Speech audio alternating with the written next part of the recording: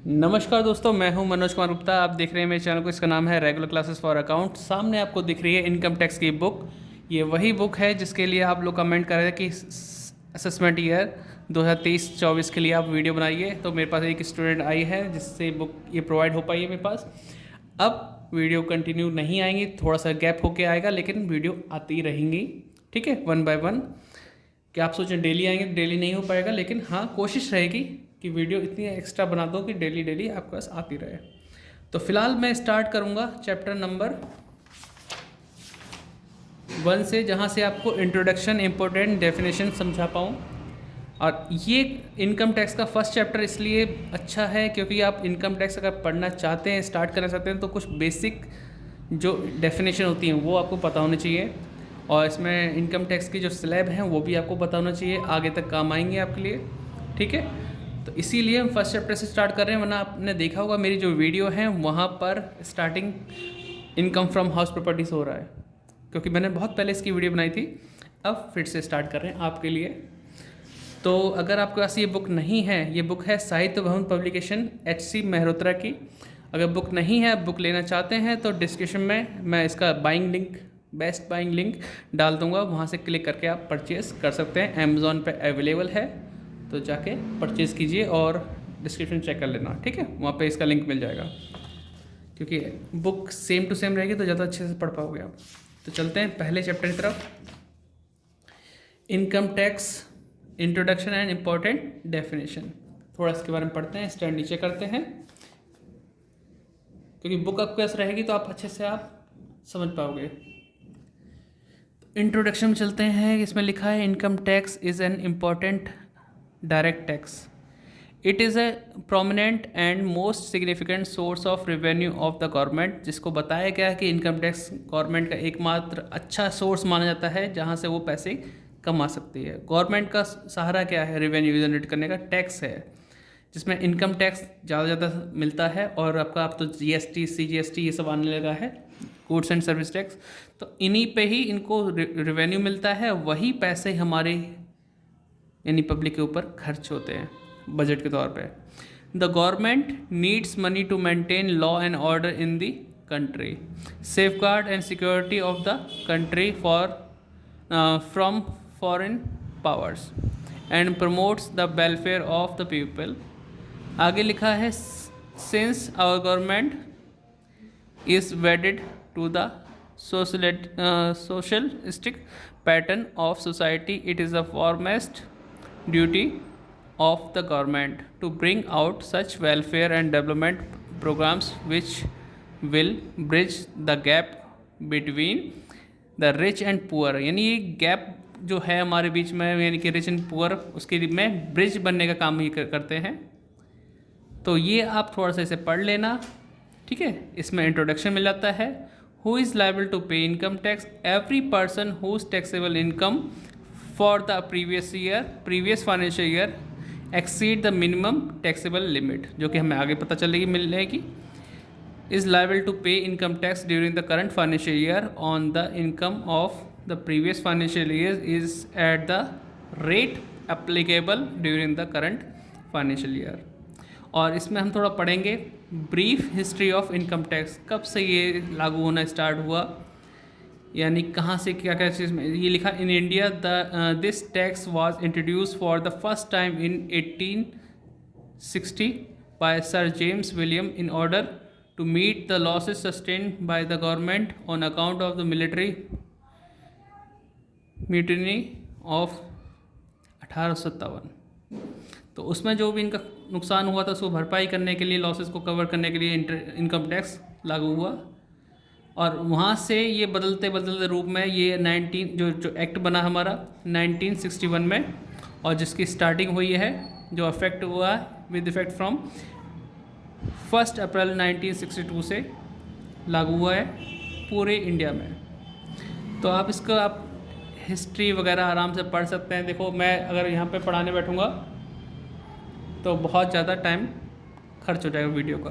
ठीक है, आप भी पूरा नहीं देखेंगे। तो आप आगे चलते हैं मेन चीज़ पे। भाई इनकम टैक्स क्या है? जो आप इनकम अर्न करते हो उस पर टैक्स गवर्नमेंट चार्ज करती है। अगले पेज पे आते हैं। Basis and procedure of charging income tax.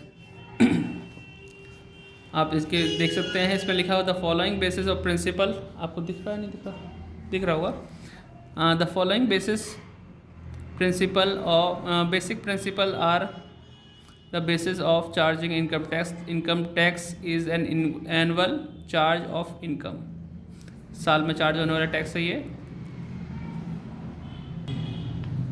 और जो इनकम टैक्स से चार्ज होता है वो कैसे कैसे इनकम हम जो जनरेट करते हैं उसके बारे में बताया गया है। नीचे हम पढ़ेंगे the total income is computed on the basis of residential status of the assessee.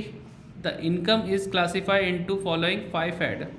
जो हमारी इनकम है 5 तरीके से हम जनरेट कर सकते हैं, और उन्हीं इनकम को जो टोटल करके टोटल ग्रॉस टोटल इनकम आता है उसमें से डिडक्शन माइनस कर दें तो टोटल इनकम आएगा, और उसी पे हम जो स्लैब दे रखी साइड में उन स्लैब के अकॉर्डिंग टैक्स पे करते हैं। ठीक है, तो हम बात करते हैं कि हमारी जो कमाई होती है, जो एक पर्सन कमाता है वो कैसे कैसे कमा सकता है। इनकम फ्रॉम सैलरी पहला हेड है, ये 5 हेड से इनकम होती है, तो पहला हेड है इनकम फ्रॉम सैलरी।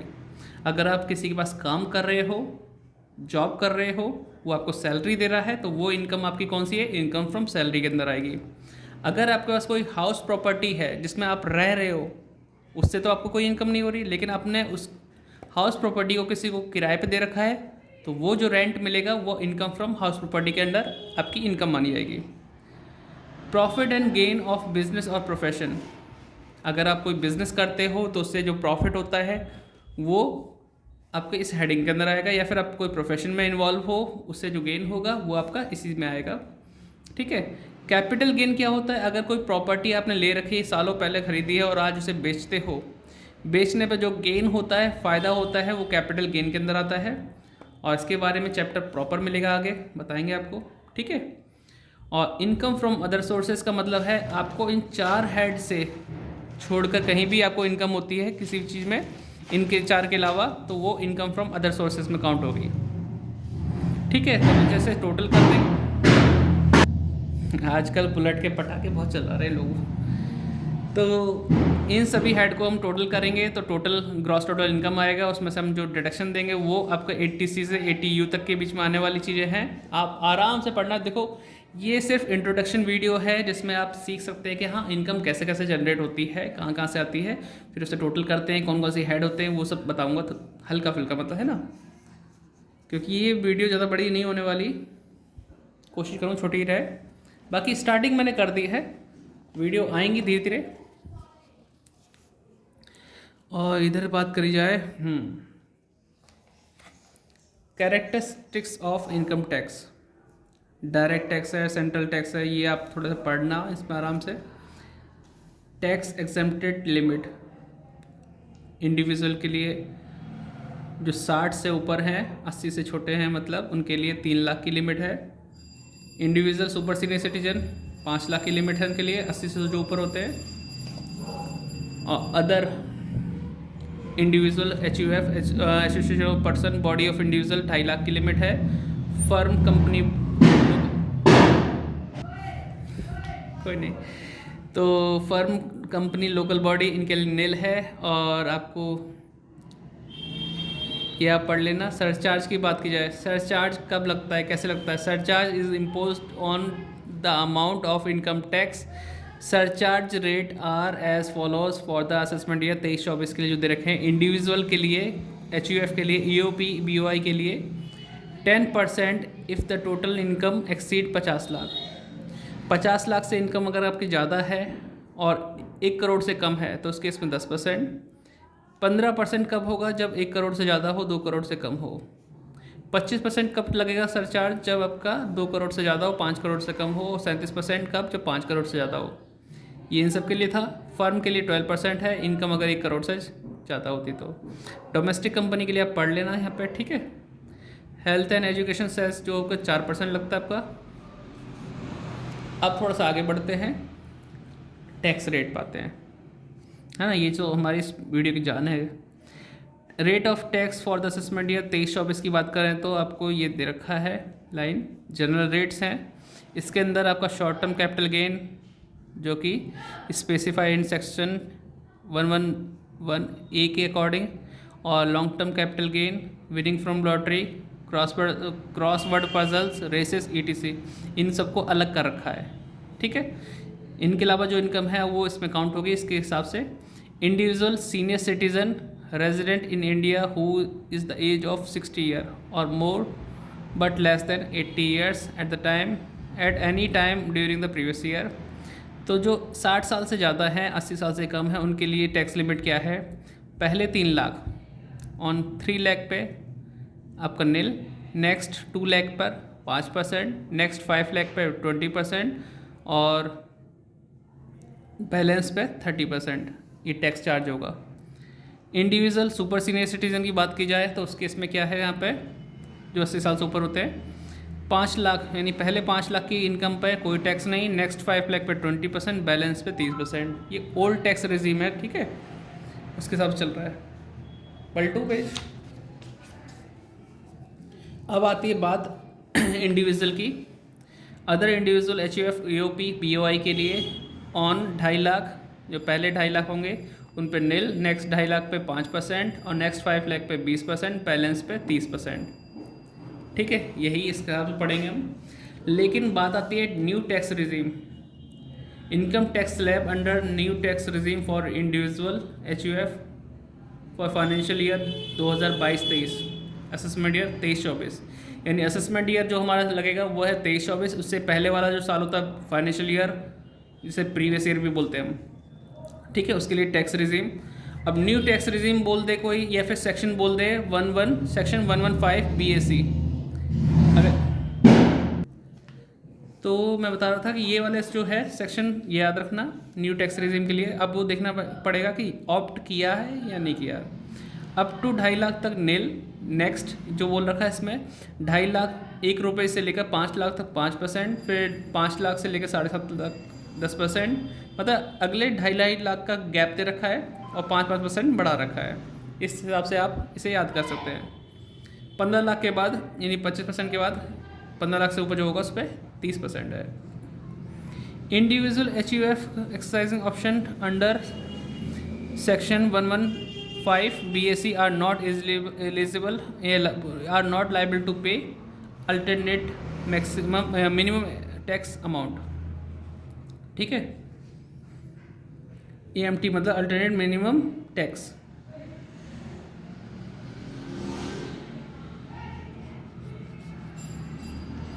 अब आगे इसमें बोला गया है कुछ इसे पढ़ना थोड़ा सा से, अब काम का है तो ठीक है। बाकी ध्यान रखना, अगर किसी ने भी न्यू टैक्स रिजीम आपने ऑप्ट कर लिया है तो काफ़ी सारे बेनिफिट आपके ख़त्म हो जाएंगे। ठीक है, जैसे कि बात की जाए आपका स्टैंडर्ड डिडक्शन जो मिलता है 50,000 का, वो आपको नहीं मिलेगा न्यू ऑप्शन के अंदर। ठीक है, बाकी आप आराम से इसे पढ़ें स्क्रीनशॉट से। ठीक है, बाकी इसमें कंपैरिजन भी दे रखा है कितना कितना टैक्स कहाँ कहाँ बनता है, इसे पढ़ लेना। आगे आती है बात, थोड़ा सा आगे करते हैं, स्पेशल रेट की बात करते हैं। स्पेशल रेट आपके दे रखे हैं on short term capital gain specify 11A के according 15%, long term capital gain 20%, on gain from listed share without indexing the cost of acquisition 10% है, और लॉन्ग टर्म कैपिटल गेन पे 10% है। इस पर 112A के अकॉर्डिंग जो सेक्शन में आते हैं। Winning from lottery, crossword puzzle, horse races, other sources की बात की जा रही है, 30% टैक्स लगेगा उस पर। ठीक, थोड़ा सा और आगे कर देते हैं, अब आपको दिख रहा होगा। ठीक है, बाकी रिबेट की बात की जाए, अगर आपकी इनकम 5 लाख से ज़्यादा नहीं है, 5 लाख तक है, तो मैक्सिमम एग्जेम्पशन जो है आपकी 12,500 की है। ठीक है, ये ध्यान रखना। बाकी सरचार्ज का चार्ट दे रखा है आपको, आप पढ़ना चाहें तो इसे वीडियो को पॉज करके पढ़ लेना। अभी ये काम नहीं आने वाला, लेकिन हाँ बाद में आपको आगे चैप्टर पढ़ेंगे उसमें काम आएगा ज़रूर। ठीक है, 50 लाख से इनकम जहाँ ज़्यादा हो जाएगी वहीं पे आपको काम आने लगेगा। तो पेज पलटता हूँ क्योंकि वीडियो बहुत बड़ी होती जा रही है। मार्जिनल रिलीफ जरूर पढ़ लेना, जब इसका क्वेश्चन आएगा तो बताएंगे। ये एग्जाम्पल काम का है साइड वाला, स्क्रीनशॉट लेने से स्क्रीनशॉट ले लो। ये बुक है तो अच्छी बात है, बुक नहीं ली है तो आप ज़रूर ले लें, डिस्क्रिप्शन में लिंक डाल दूंगा इस वीडियो के डिस्क्रिप्शन में, वहाँ से बाय कर लें आप। बाकी एग्जाम्पल जरूर पढ़ें, और गारंटी देता हूँ ये एग्जाम्पल पहली बार में आपको नहीं आएगा समझ में,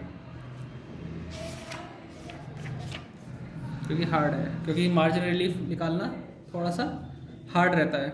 समझा देंगे अगर आप कहेंगे तो, ऐसे एक वीडियो बना देंगे, ठीक, कमेंट जताएंगे तो बाकी अब पढ़ें तो ये इनकम आप पढ़ने वाला आइटम है, ये पढ़ें आराम से बुक लेके, जितना टाइम लगाएंगे उतना पढ़ें। याद करने की कोशिश ना करें, क्योंकि याद करेंगे तो याद नहीं होगा, पढ़ेंगे तो ध्यान रह सकता है, ये पॉइंट, ठीक है, ये चीज़ मैं बोलूँगा। बाकी तो यही है कॉन्सेप्ट ऑफ इनकम। आगे बढ़ते हैं, मेन चीज़ बताते हैं आपको।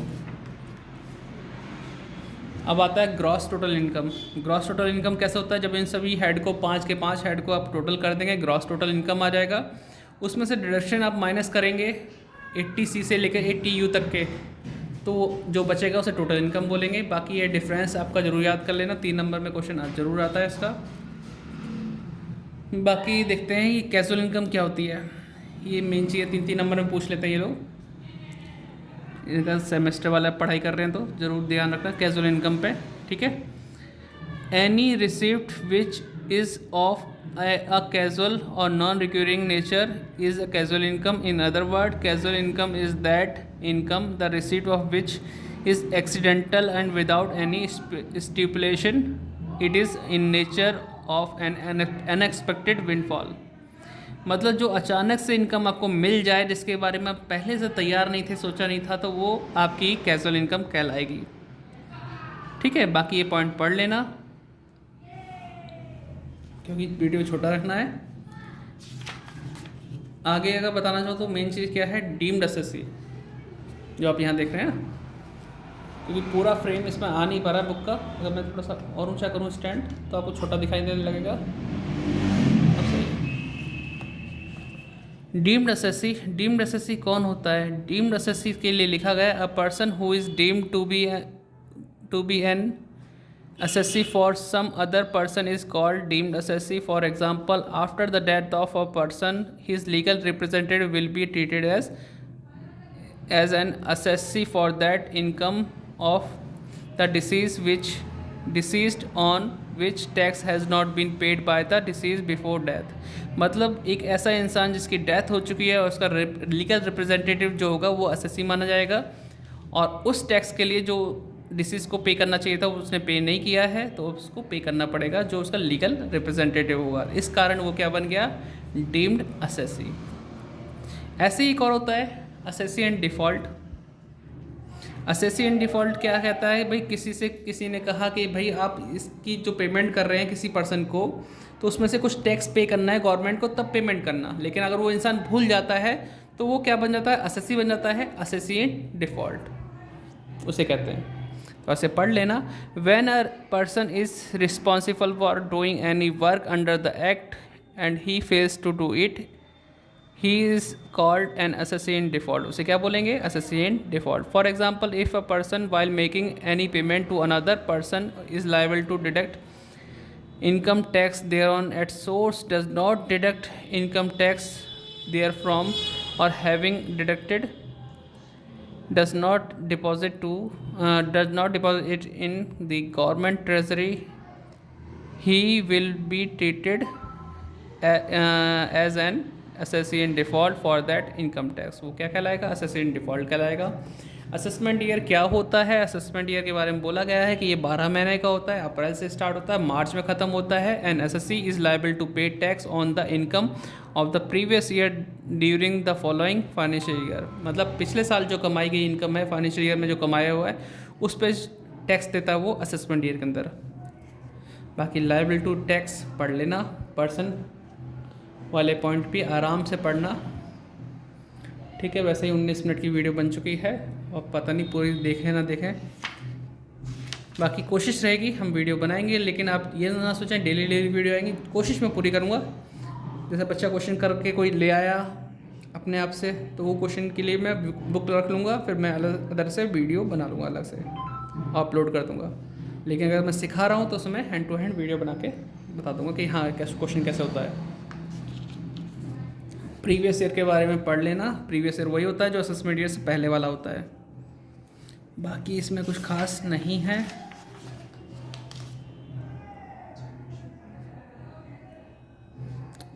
पैन नंबर आप जानते ही हैं, permanent account number. Tax deduction and current collection account number, 10 number. ये पढ़ लेना, 3 नंबर में क्वेश्चन आकर आ जाते हैं ना, काम आएंगे आपको। इतना ही कुछ था इस चैप्टर में। बाकी जब बुक आएगी तो उसे ऐसा मत सोचें कि आपने वीडियो देख ली तो काम हो गया, नहीं, उसे आराम से पढ़ो, क्योंकि 20 मिनट में वो पूरा चैप्टर 17 पेज का वो नहीं समझ में आएगा। तो आप आराम से पढ़िए, कोई दिक्कत लगे तो पूछना। अब जो अगला चैप्टर स्टार्ट होगा वो होगा आपका हाउस प्रॉपर्टी। अगली वीडियो में दिखाएंगे। वहाँ पहले इंट्रोडक्शन देंगे, कुछ पढ़ाएंगे बातें, और फिर उसके बाद न्यूमेरिकल पा जाएंगे खास क्योंकि पता नहीं सेमेस्टर जो चल रहा है इस समय, उसके पेपर पता नहीं कब होंगे, जल्दी भी हो सकते हैं, कुछ पता नहीं। CCS का जल्दी डेट शीट आ जाती है उनकी, तो कोशिश करेंगे। आपने अगर बुक नहीं ली है ये वाली HC मेहरोत्रा की तो आप ले लें, डिस्क्रिप्शन में लिंक है, क्लिक करें और बाय करें, और वीडियो को शेयर करें, चैनल को सब्सक्राइब करें। और आप ही के लोगों की हेल्प की वजह से 17,000 सब्सक्राइबर कंप्लीट हो चुके हैं। हमारा टारगेट था 25,000 का, कोई बात नहीं, धीरे धीरे पहुंच जाएंगे, क्योंकि वीडियो भी नहीं आ रही थी। अब डायरेक्ट वीडियो यहीं से शुरू हो जाएंगी इनकम टैक्स की।